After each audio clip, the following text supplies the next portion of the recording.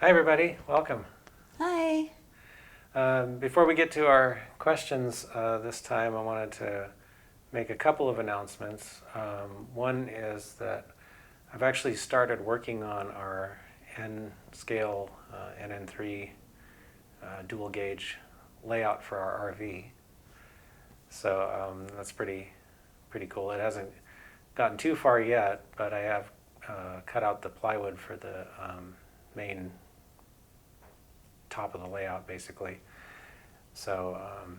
And you've been sketching on it too. Yeah, I've been working to transfer the track plan to the plywood before I start cutting. Yes. So, it's a lot easier to make changes with a pencil. So, anyway, there's going to be some videos coming out about that. I'm going to do one that'll discuss the track plan. This will be part of the layout building series, and then one about building the bench work, which is what I'm working on right now. So, also we just put out episode 10 of the consist build. Yes. So the Conrail SD40 now has a bunch of lights in it. Yes. And the next one, episode 11, should be out fairly soon, hopefully. That one's going to be about adding a cab interior. I'm putting together some cab interior kits that I'll also use in some of the other models, but going to use it first in this one. And then the episode after that will be putting the engine back together, basically, and making it run. So, Awesome. yeah. So that'll be pretty fun. Looking forward to that. So close. Yeah. So anyway. Didn't you say somebody had written in or something and said one of those is still running somewhere? Yeah, they did. One of the viewers left a comment that said the engine that was Conrail 6283, which is the one I'm modeling, it has a different number now, is actually running on the Northwestern Pacific, which is up in the Sonoma, north of us, basically, a couple hours maybe. But that's definitely something I would like to see if it is running up there. I would definitely like to try to catch it. Yes. So anyway, that would be really cool. Some chasing trains episodes, so to speak. Gotta get a really good name. If anybody can think of other names of following trains and videoing them, let us know. We're kind of trying to come up with a new name for that. Yeah. New names for lots of things. Yeah. Yeah. So anyway, the other thing is that one of our viewers, Michael Maurer, I hope I'm saying that right, sent us actually some pictures of his layout and a track plan, layout under construction, which I thought was pretty cool. So we're going to get to that a little later. I know some of you may remember a while back we asked for user contributions or viewer contributions. Yes. So he was the first one to kind of send us something. So we're going to put that in later after we do the questions. I think it'll be kind of fun to take a look at that. Yeah. So that's great. You can get ideas from it, if nothing else, and show it off to other people who might get ideas too. Yeah. It's awesome. Yeah. Okay, so let's get to the questions. Okay. The first one is so awesome. I love it. Yeah. This is from an email from Anthony. It says, "Hello, Mr. Cortopassi. I am 12, and I want you to tell me how good or bad of a job I did with detailing my model of CP6027. I spent 2 days on it, and I added lights myself. I have a YouTube video about it." Yeah. So this Anthony is Coco90, KOKO90 on YouTube. So you can probably find the video there if you want to check it out. I thought he did a pretty good job for 12. Right? I was thinking about stuff that I made when I was 12, and and I was like, he's doing all right. Yeah. He's on a good track. Yeah. So to speak. I think so. And also the video was pretty good. Right? I thought if there was one tip that I could give as a photographer, video person, when you're taking photos or video, really work to make sure your own shadow is not in the video.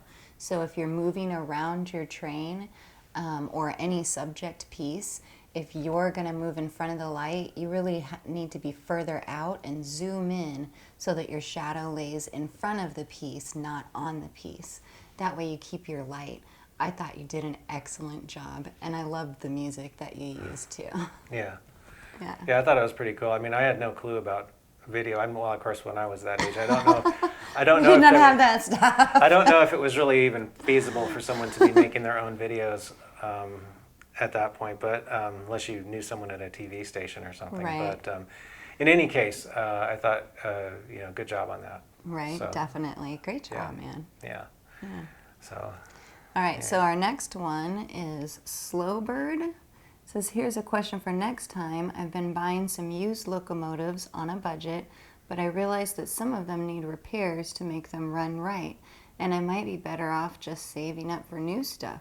What advice do you have on used versus new locomotives? I guess my answer is it depends.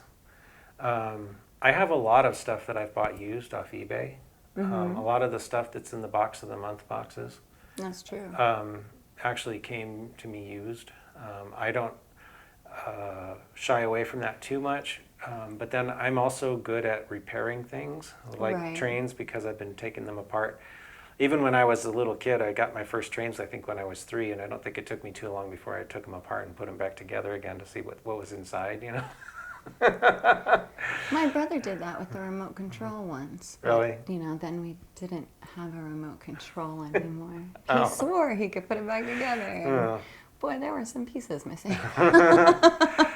Yeah, I usually got them to run again. But talk about little N scale trains. There's not that much to them, really. You know, Right, and back in that day too. Right, and back in that day especially, there wasn't that much to them. So, but anyway, I think if you're comfortable working on models, and you're not afraid to get in there, and maybe a lot of times they just need a good cleaning. Sometimes you get an old engine, and it'll have congealed lubricants inside, and it won't run because of that. So if you just disassemble it and give it a really good cleaning and maybe some fresh plastic compatible lubricant, it'll run fine after that. So if you're comfortable doing that kind of thing, then I wouldn't necessarily shy away from buying used. You can get a lot of stuff that way that's no longer available, Right. and Right. also sometimes you can get it cheaper, like he said in the question. On the other hand, if you really don't want to deal with any of that, then probably maybe just waiting and buying something newer wouldn't be a bad idea. Right. So maybe on your own skill level, kind of gauge. Yeah. Because really when you buy something off of eBay, you're not sure what could or could not be wrong with it. Yeah, most of the people I've dealt with on eBay seem to be fairly honest as a rule. I haven't had too many that were that I thought were intentionally misleading. There was one engine I bought that was a large scale Shay. Yeah, it was not a Bachmann. It was I think it was a Accucraft. Yeah. And when I got it and took it out of the box, one of the trucks had blown up and completely disintegrated to the point where it was not repairable. Oh. And I couldn't find replacements for it. So I ended up, thankfully he had insured it, and I guess I was able to return it and FedEx reimbursed me or something. I think he sent it FedEx. But anyway, I ended up getting my money back, but it was, and I don't know that he necessarily intentionally did that or if it really just got dropped or something, Right. But most of the time That's a shame. most of the time when I've bought used, it's been fine. That's Yeah, good. that one was disappointing too because it's a large scale engine for like garden size, Right. and it was different than the Bachmann Shays. It was actually really cool looking, and I was kind of bummed about that one. But I would have been bummed too. yeah. All right, so our next one is from Mike101 in regards to the HO ScaleTrains Norfolk Southern C40-9 I reviewed. Hey Dan, I got my replacement train. Everything seems to be working right, but I had a question for you. I noticed that there's only ground lights on one side coming from underneath the train. Is that correct? Yeah, I noticed that on the ScaleTrains. I think he was talking about the C40-9, but I also have reviewed one of their C40-9Ws. And I'm pretty sure they only had a ground light on the engineer side. And I'm not sure if that's correct or not. It could be that they just put that on the one side because they figured they didn't need it on the other side. Is that the side that when you're rolling around the track, it'd be on the outside or whatever? Yeah, the ground Depending light, on how you're going. like, here's an engine. Here's an engine. The ground light's usually like directly below the cab. Okay. And the purpose of it, from what I understand anyway, is that at night, the engineer can look down at the ground and see if the train is moving. Because sometimes if it's going real slow, you might not feel it. Oh, okay. So he can watch the ground and see if the train is actually moving or not. It could be that, since the engineer sits on the right side of the cab typically, that maybe that's, on some railroads anyway, they only put it on one side. I know that the Conrail engine that I'm doing, I put it on both sides, but that's because when I looked at photos, it looked like it had them on both sides. So that's why I did that. Okay. So it could be I don't know if that's a railroad option that they can pick, one or both, or whatnot. Right, because railroads come with options. Right. Yeah. Yeah. So. Yeah, diesels are somewhat like cars that way. You can order them with different, things on them. Right. Yeah. Right. All right, so our next one is from Andrew Beeman in regards to your model of SPGP35R 6322, which we have next to us. Yeah. How did you get your emergency light to work on that EMD? I want to make them work on an Athearn SP SD40 I have, and I'm not sure how to get an LED up in there. Okay, so I'll probably put in a close-up of this because it's going to be hard to see just with me holding it. But this has its full light package on it, and the emergency lights are lit with 603 size surface mount LEDs. I've been using some of those in the Consys build for the Conrail unit. They're small enough that you can actually fit them inside one of these light castings if you drill it out a little bit. And so that's how I did it. Obviously won't be doing that on the Conrail unit because it doesn't have those lights. But So you drilled the hole out a little bit so you could put the LED in there? yeah, the LED is basically in the back of the light casting, and I made a little lens for the front. The hole in the back is actually a little bigger than the one in the front so that the LED can fit in there. Oh, okay. And then it's sealed up and painted black so that it doesn't glow, because the LEDs are really bright. But that's how I've been doing it, mostly with the SP engines that have this kind of a light, especially one that's where the thing's sticking up and there's really no way to get a fiber optic or something in there without it showing. Right. Okay. So. And then the wires are inside to something? Or? Yeah, I use those little, just like I did on the Consys build. If anyone's curious, I use this 36 gauge magnet wire, which is super thin, super small, so you can tuck them away really neatly so that you don't see anything. Okay. And basically is underneath the light and then goes inside the model, and then the wires run to the decoder eventually so that Awesome. the light will operate. Okay. So Great. anyway. Well, I think that's our last question, and we need to get to the very cool layout Right, so that we were sent. let's take a look at that.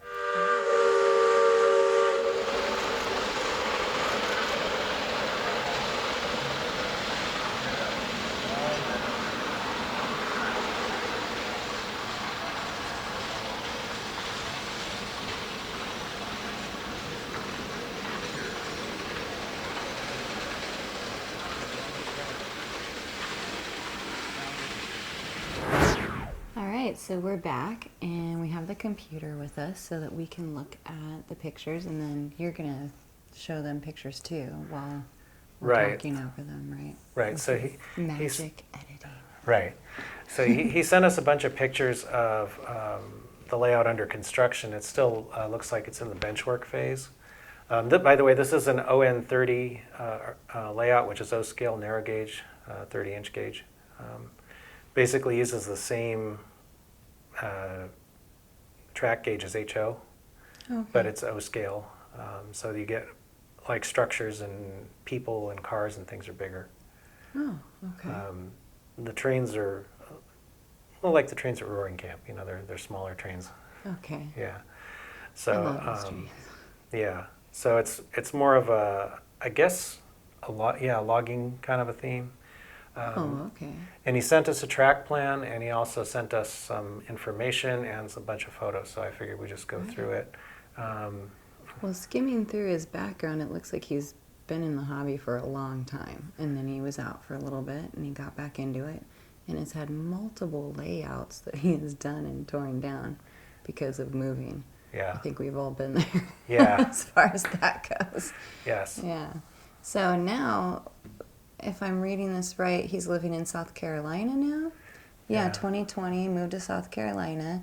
And so now this is his new layout in their new house with the ON30. Yeah. Yeah, so this will be exciting. So he'll be building this, and maybe we'll even get some after shots from him after he's done. He'll send those to you, and that'll be really great to update everybody with. Yeah. So he said it's sounds like it's loosely based on the logging layout that Model Railroader Video Plus did with David Popp. It was an ON30 logging line. He said but his is elongated to hopefully increase the operational fun on the railroad. The layout will also feature a sector plate on one end to switch trains off layout and a turntable at the other end to turn the engines. So if anyone isn't familiar, a sector plate is kind of like a movable bridge that rotates usually on one end. So it's kind of like a way to switch tracks without using a turnout. You can drive, usually you want to make it long enough for whatever trains you're running. So you drive the train onto the sector plate and then you move the whole thing to line it up with another track and then drive the train off.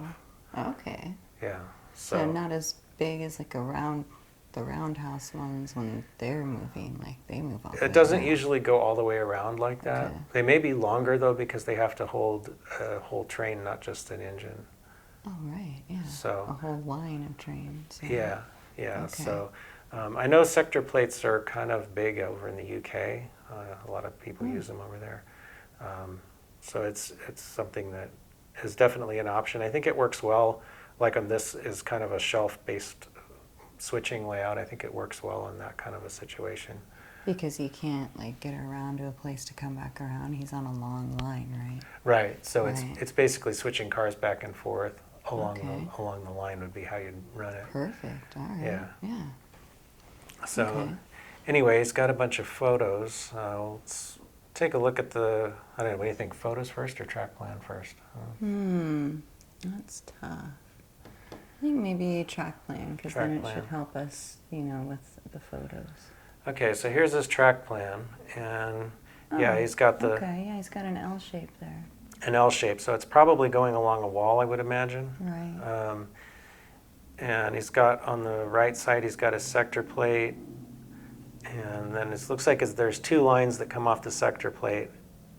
There's one that goes down to this, looks like he's got a couple of tracks here, a supply shed, a little runaround track, fuel track, water tower, mill, and a log pond.